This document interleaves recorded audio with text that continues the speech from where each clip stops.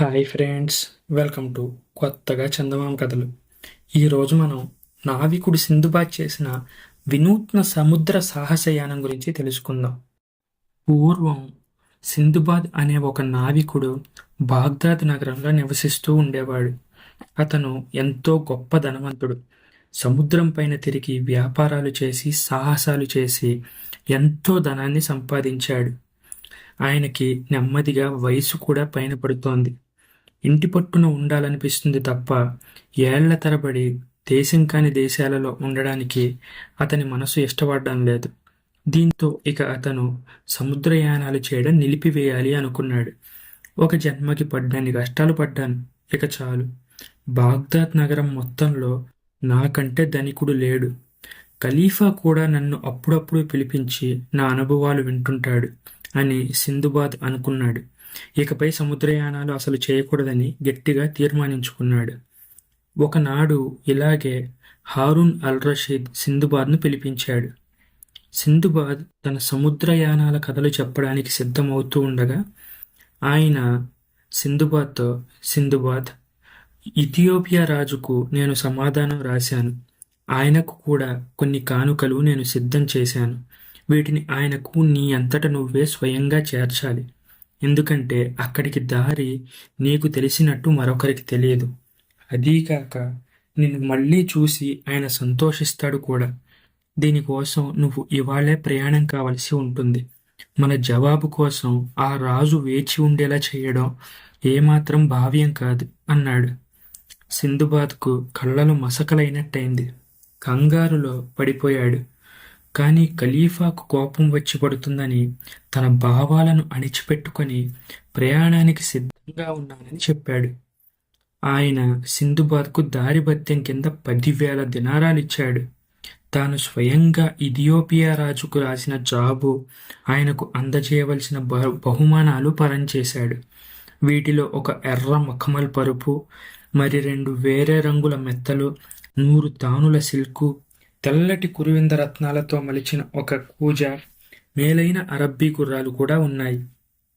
ఏమాత్రం ఇష్టం లేకుండానే సింధుబాద్ బాగ్దాద్ నుంచి బయలుదేరి బస్రా వెళ్ళాడు. అక్కడ ఒక నౌకని పట్టుకున్నాడు.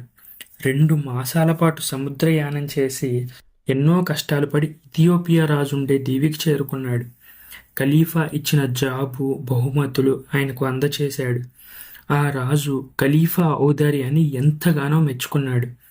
సింధుబాద్ను చాలా కాలం అక్కడే ఉండిపోమని నిర్బంధించాడు.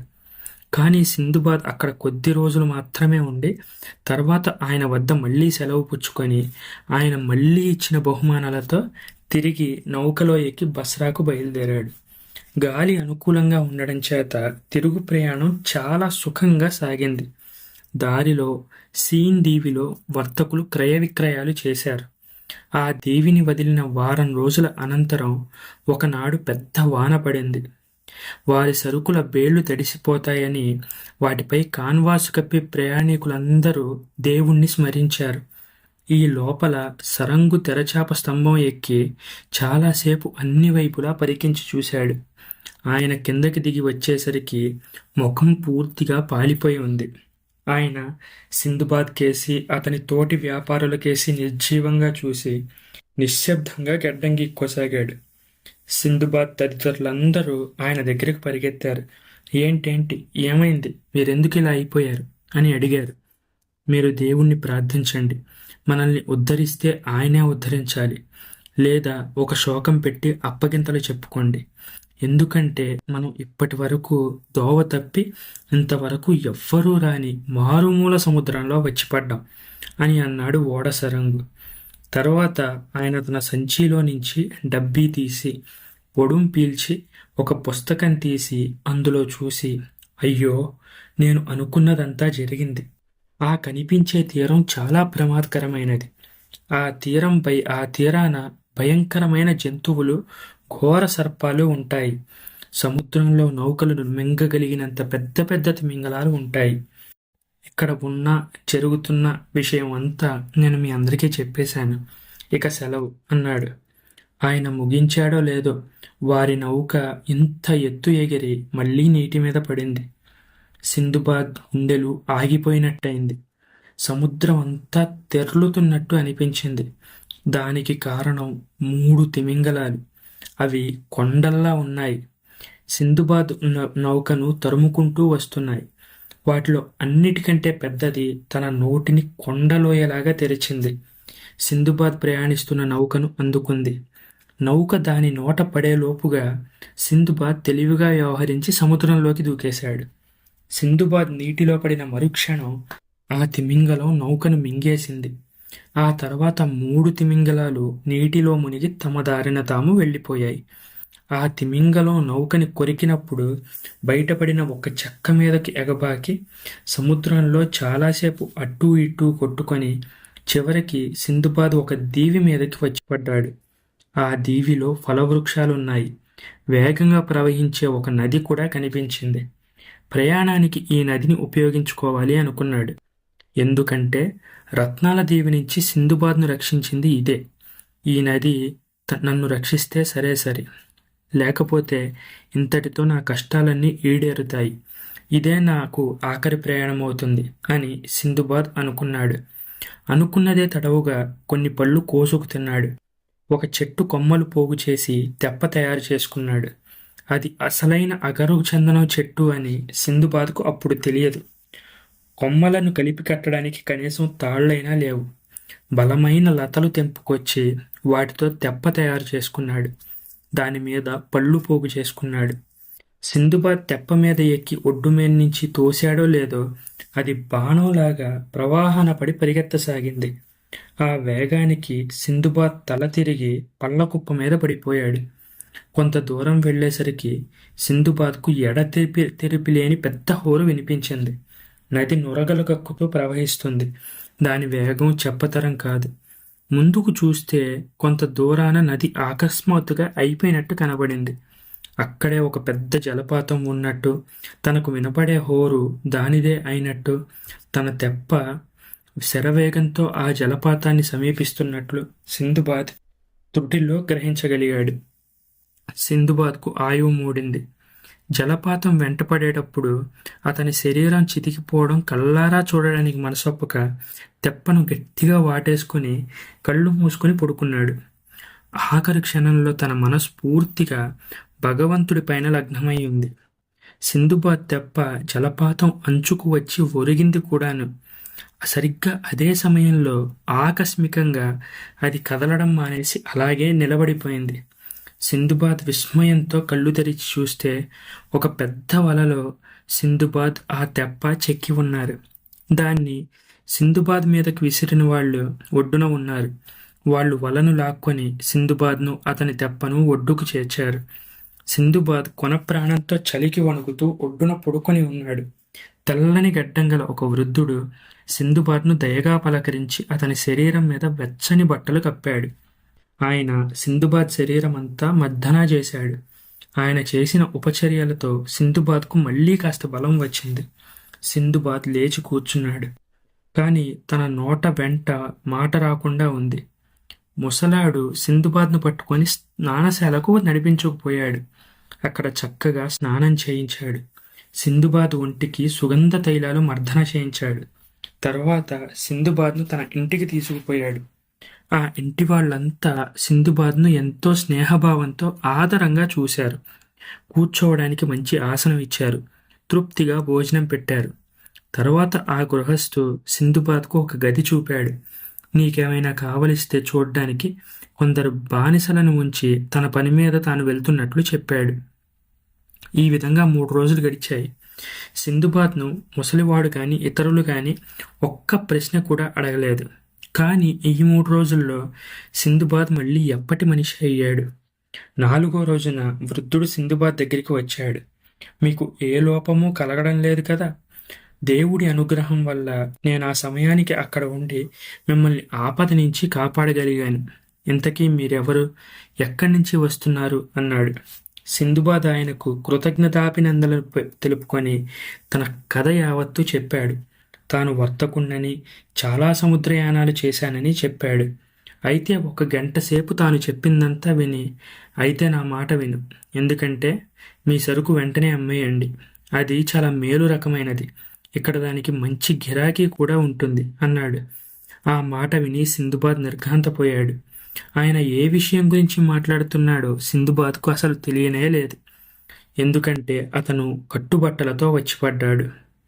అతని వెంట సరికేమీ లేదు. అయినా నేను సింధుబాద్ ఆ మాట పైకి అనేయకుండా అలాగే చూద్దాంలేండి అని అన్నాడు. మళ్ళీ ఆలస్యం ఎందుకు? మనం ఇప్పుడే బజారుకు వెళ్ళి సరుకు అమ్మేద్దాం. మంచి ధర వస్తే సరి, లేకపోతే సరుకును నా గిడ్డంగి నుంచి అస్సలు కదిలించను కూడా కదిలించవద్దు అన్నాడాయన. మీ ఇష్టం బాబుగారు, నేను మీ చేతిలో వాణ్ణి. మీరు ఎలా చేస్తే బాగుంటుందని తోస్తే నాకు చెప్పవలసిన పని కూడా లేదు, అలా చేసేయండి అన్నాడు లోపల సింధుబాద్ ఆశ్చర్యపడుతూనే. తర్వాత ఇద్దరూ కలిసి బజారుకు వెళ్ళారు. వారక్కడికి వెళ్ళాక సింధుబాద్ ఆశ్చర్యం చూసి తీరాలి. ఎందుకంటే అక్కడ సింధుబాద్ తెప్ప ఉంది. దాన్ని దళారులు, వర్తకులు పరీక్షిస్తున్నారు. ఓ దేవుడా, ఎంత అద్భుతమైన చందనం! నేనెప్పుడూ ఇంత మంచిది చూసి ఉండను అనే మాటలు వినపడుతున్నాయి. అప్పుడు సింధుబాద్కు తన సరుకు ఏంటో తెలిసి వచ్చింది. కానీ సింధుబాద్ మాత్రం పైకి చాలా గుంభనంగా ఏమీ చెప్పకుండా అలా ఉండిపోయాడు. వృద్ధుడి అనుమతితో వేలంపాట ప్రారంభమైంది. మొదటి పిలుపు 1000 దినారాలు. వృద్ధుడు 2000 అన్నారు. ఇంకెవరో 3000 అన్నారు. పాట 10,000 దాకా పెరిగాక వేలం వేసేవాడు సింధుబాద్ కేసు చూసి 10,000 కొట్టేయమంటారా అని అడిగాడు. సింధుబాద్ వల్ల కాదని వదిలేశాడు. అప్పుడు వృద్ధుడు సింధుబాద్ కేసు తిరిగి, బాబు, ఇంతకంటే ధర పెరగదు. అసలే వ్యాపారం ఇప్పుడు అంతంత మాత్రంగా ఉంది. కావాలంటే మరొక 100 చేసి నేనే సరుకు తీసుకుంటాను అన్నాడు. బాబుగారు, మీరు తీసుకునేట్టయితే ఖచ్చితంగా తీసుకోండి, నేను కాదంటానా అని అన్నాడు సింధుబాద్. వృద్ధుడు తన తెప్పను తన బానిసల చేత గిడ్డంగికి పంపేశాడు. సింధుబాద్, ఆ వర్తకుడు ఇద్దరూ కలిసి ఇంటికి వచ్చేశారు. ఆయన సింధుబాద్కు 10,000 దినారాలు ఒక ఇనప్పెట్లో పెట్టి ఇచ్చాడు. తర్వాత వారిద్దరూ సరదాగా కబుర్లు చెప్పుకుంటూ భోజనం చేశారు. అప్పుడు ఆ వృద్ధుడు సింధుబాద్తో, బాబు, నాకు మగపిల్లలు లేరు, ఒక్కతే ఆడపిల్ల ఉంది. నా ఆస్తి మొత్తానికి తనే వారసురాలు. నాకు బోలెడంత వర్తకమే కాకుండా ఈ ఊళ్ళో అనేక పదవులు కూడా ఉన్నాయి. నువ్వు నా కూతుర్ని వివాహం చేసుకున్నావంటే నా ఆస్తి, నా పదవులు అన్నీ నీకే దక్కుతాయి. నువ్వు సుఖంగా ఉండవచ్చు. ఏమంటావు? నా కూతుర్ని పెళ్ళాడి ఇక్కడ ఉండిపోవడం నీకు సమ్మతమేనా అడిగాడు. సింధుబాద్ తల వంచి ఏమీ జవాబు చెప్పలేదు.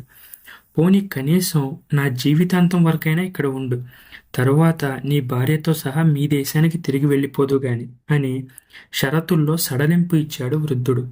బాబుగారు, మీ మాట ఎలా కాదనేది అని జవాబిచ్చాడు సింధుబాద్. వృద్ధుడు వెంటనే ఖాదీని పిలిపించాడు. సాక్షుల సమక్షంలో సింధుబాద్కు తన కుమార్తెకు వివాహం చేసేశాడు. గొప్ప విందు జరిగింది. అప్పుడే సింధుబాద్ తన భార్యను మొదటిసారి చూశాడు. ఆమె చాలా ఆకర్షణీయవంతమైనదే కాకుండా ఆమె ఒంటిన వేలకు వేలు దినారాలు ఖరీదు చేసే నగలు, దుస్తులు ఉన్నాయి. వారిద్దరూ చాలా కాలం పాటు అన్యోన్యంగా కాపురం చేశారు. చివరికి సింధుబాద్ మామగారు చనిపోయారు. ఆయనకి ఉత్తర క్రియలు వైభవంగా జరిగాయి. ఆయన ఆస్తి, బానిసలు సింధుబాద్కు సంక్రమించాయి. నగరంలో ఉండే వర్తకులంతా సింధుబాద్ మామగారి స్థానంలో సింధుబాద్నే తమ పెద్దగా భావించారు. అందువల్ల అతను అక్కడి ఆచార నియమాలను మరింత శ్రద్ధగా పాటించవలసి వచ్చింది.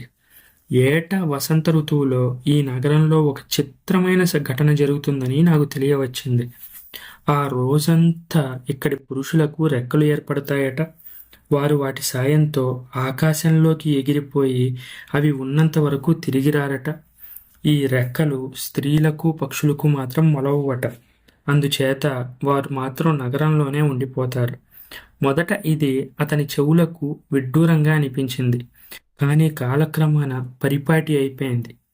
అయితే కాలక్రమాన ఒకందుకు సింధుబాద్ కూడా విచారించడం ప్రారంభించాడు. ఈ నగరంలో ఏడాదికి ఒకసారి రెక్కల మొలవని మగవాణ్ణి నేనొక్కడినే. మిగిలిన మగవాళ్ళందరూ ఆకాశంలోకి ఎగిరిపోగా ఆడపిల్లలతో పాటు అలాగే చిన్నపిల్లలతో పాటు సింధుబాద్ కూడా ఈ నగరంలో ఉండిపోయేవాడు. ఇది చూసి సిగ్గేసి రెక్కలు ఎలా వస్తాయని ఎందరినో అడిగాడు. కాని ఎవ్వరూ చెప్పలేదు. వారికి రహస్యం చెప్పడం ఇష్టం లేదో, లేక ఆ రహస్యం వారికి తెలిసిపోయిందో, నాకు మాత్రం ఇదొక తీరని విచారమైపోయింది. సరిగ్గా అదే సమయంలో ఒక వర్తకుడు వచ్చాడు. అతను సిందుబాద్కు అనేక విధాలుగా రుణపడి ఉన్నాడు.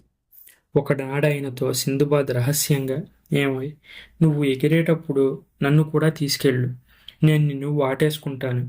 అన్ని సముద్రయానాలు చేశాను కానీ గాలి ప్రయాణం మాత్రం నేను ఏనాడు చెయ్యలేదు. నాకు దయచేసి ఈ ఉపకారాన్ని నువ్వు చేసే తీరాలి అన్నాడు. మొదట సిందుబాద్ ఒప్పుకోలేదు.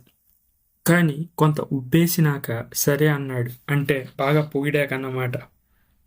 సిందుబాద్ పరమానందంతో ఈ సంగతి తన భార్యకి చెప్పి అతను ఎగిరిపోయేటప్పుడు అతని నడుము వాటేసుకున్నాడు. ఇద్దరూ గాల్లోకి ఎగిరారు. వారు సూటిగా ఆకాశంలోకి వెళ్ళిపోయారు. కొంతసేపయ్యాక వారికి స్వర్గం సమీపంలో ఉన్నట్టు, అక్కడి గంధర్వగానం వినిపించినట్లు తోచింది. సిందుబాద్ వెంటనే, దేవుడా, ఏంటయ్యా నీ లీలలు అని అన్నాడు. ఈ మాటలు సిందుబాద్ నోటి వెంట వచ్చాయో లేదో, మరుక్షణమే సిందుబాద్ను పైకి తీసుకుపోయిన వర్తకుడు తనతో సహా రాయి పడ్డట్టు కింద పడసాగాడు. వారిద్దరికీ కిందపడి చితికిపోతామని భయం వేసింది. కానీ అదృష్టవశాత్తు సిందుబాద్ బృందం ఒక కొండ శిఖరాన దిగారు. రెక్కలు గలవాడు సిందుబాద్ కేసి ఒక విషపు చూపు చూసి తన్నిక్కడే వదిలేసి అతను ఎటో ఎగిరిపోయాడు. సిందుబాద్ విచారంగా ఒక రాయి మీద కూర్చున్నాడు. అసలు నిజంగా నాది ఎటువంటి జన్మ? ఒక ఆపద గడిచి గడవకుండానే మరొకటి ఎదురవుతుంది అని అనుకున్నాడు. చిక్కులో నుంచి బయటకు పడే మార్గం ఇంకా ఏంటి అని అతను ఆలోచిస్తూ ఉండగా ఉన్నంతలో ఇద్దరు అపురూప సౌందర్యం గల కుర్రాళ్ళు సిందుబాద్ కేసి వచ్చారు. వాళ్ళందరి చేతుల్లోనూ బంగారు బెత్తాలున్నాయి. సిందుబాద్ ఆత్రంగా లేచి వారికి ఎదురు వెళ్ళి, నాయనలారా, మిమ్మల్ని అల్లా కాపాడుతాడు. అసలు ఎవరు మీరందరూ ఇక్కడ ఏం చేస్తున్నారు అన్నాడు. వారిలో ఒకడు తన బంగారు బెత్తం సిందుబాద్ చేతికి ఇచ్చి ఒకవైపు వేలు చూపి తర్వాత రెండో వాడితో చెయ్యి కాలు కలిపి ఏటో వెళ్ళిపోయాడు. వారు వెళ్ళగానే నేను చూసిన వారిలో ఒకడు చూపిన వైపు నడపసాగాడు. ఒక రాయి మలుపు తిరిగేసరికి అతనికి ఒక పెద్ద సర్పం కనిపించింది. అది ఒక మనిషిని అప్పుడే రొమ్ము దాకా మింగేసింది. ఆ మనిషి నన్ను క్షమించండి బాబూ అని అరిచాడు. సిందుబాద్ వెనకగా వెళ్ళి ఆ సర్పం మెడ మీద బంగారు బెత్తంతో గురిగా ఒక్క దెబ్బ కొట్టేసరికి ఆ సర్పం చచ్చింది. తర్వాత దాని నోటి నుంచి సిందుబాద్ ఆ మనిషిని బయటికి లాగేశాడు. తీరా పరీక్షించి చూస్తే ఆ మనిషి సిందుబాద్ను ఆకాశంలోకి ఎత్తుకుపోయినవాడే. వాడితో, ఏం బాబు, స్నేహితుడి పట్ల ఎలానైనా ప్రవర్తించాల్సింది అన్నాడు. అయ్యా, నా ప్రాణం కాపాడాడు. నేను ఎంతో కృతజ్ఞుణ్ణి. కానీ ముందుగా మీకు ఒక సంగతి చెప్పాలి. నేను ఆకాశం నుంచి కింద పడిపోవడానికి కారణం మీరు స్మరించిన పేరే. ఆ పేరు మేమెవ్వరం స్మరించం. అది చెవిన పడితే మా శక్తులు కూడా పోతాయి అన్నాదా సుమి. ఈ సంగతి నేను ఎరగను. నీకు పుణ్యం ఉంటుంది. నన్ను ఎలాగైనా ఇంటికి చేర్చు. నేను ఆ పేరు ఉచ్చరించనులే అన్నాడు.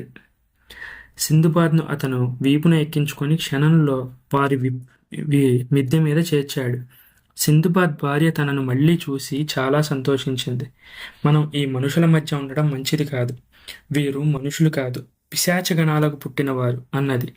దేవుడి పేరు కూడా వినలేకపోవడం ఆమె అన్నది గమనించి నిజమేనని గ్రహించి, అయితే మరి మీ నాన్న కూడా వీళ్లతోటి వాడేగా అన్నాడు సిందుబాద్. మా నాన్న వీళ్లలో ఒకడు కాదు. వీళ్ళ ఆచారాలు ఎప్పుడూ ఆయన పాటించలేదు. వీళ్ళు చేసే పనులేవీ చేయలేదు. ఆయన పోయాడు కనుక మనం ఈ దిక్కుమాలిన ఊళ్ళో ఇక కాపురం ఉండాల్సిన అవసరం లేదు. ఇల్లు వాకిలి అమ్మేసుకుని వెళ్ళిపోదాం అని సిందుబాద్ భార్య అంది. ఉన్న ఆస్తి అంతా వీలైనంత హెచ్చు ధరలకు అమ్మేసి పుష్కలంగా డబ్బు సంపాదించాడు. బాగ్దాద్ వెళ్ళి అక్కడ తన ఇంట, తన బంధువుల ఇంట ఉండాలని సిందుబాద్ భార్య కోరిక. ఆ ప్రకారమే సిందుబాద్ తన ఆస్తి యావత్తూ వినియోగించి మీ మామ సంపాదించిన ఆస్తి మొత్తం ఎంతో లాభానికి అమ్మి ఆ సొమ్ముతో ఒక ఓడ, కొంత వ్యాపార సరుకు కొన్నాడు. ఆ ఓడలో సిందుబాద్, అతని భార్య ఎక్కి దారి వెంబడి క్రయ విక్రయాలు చేసి లాభాలు సంపాదిస్తూ కాలక్రమాన బసరా చేరుకున్నారు. అక్కడి నుంచి బాగ్దాద్ వెళ్ళారు. సింధుబాద్ తన భార్యతో సహా ఇంటికి వెళ్ళాడు. వారిని చూసి అందరూ ఎంతో ఆనందించారు. సింధుబాద్ తెచ్చిన వ్యవహారాలన్నీ సరిచూసుకొని అతని వెంట తెచ్చుకున్న సరుకులు దుకాణాలలో పెట్టించి బంధుమిత్రులందరి మధ్యలో కూర్చొని తన ప్రయాణానికి సంబంధించిన విషయాలన్నీ చెప్పాడు. ఇక ఎన్నడూ బాగ్దాదు విడిచి దూరదేశాలకు పోనని, వారి ఎదుట ప్రమాణం కూడా చేయనని చెప్పేశాడు. ఆ ప్రమాణాన్ని ఈనాటి వరకు అతను తప్పలేదు కూడా. ఈ కథ మీకు నచ్చినట్లయితే దీన్ని లైక్ చేయండి, మీ ఫ్రెండ్స్ అందరికీ షేర్ చేయండి. అలాగే మా ఛానల్ని సబ్స్క్రైబ్ చేసుకోవడం మాత్రం అస్సలు మర్చిపోకండి. Thank you friends.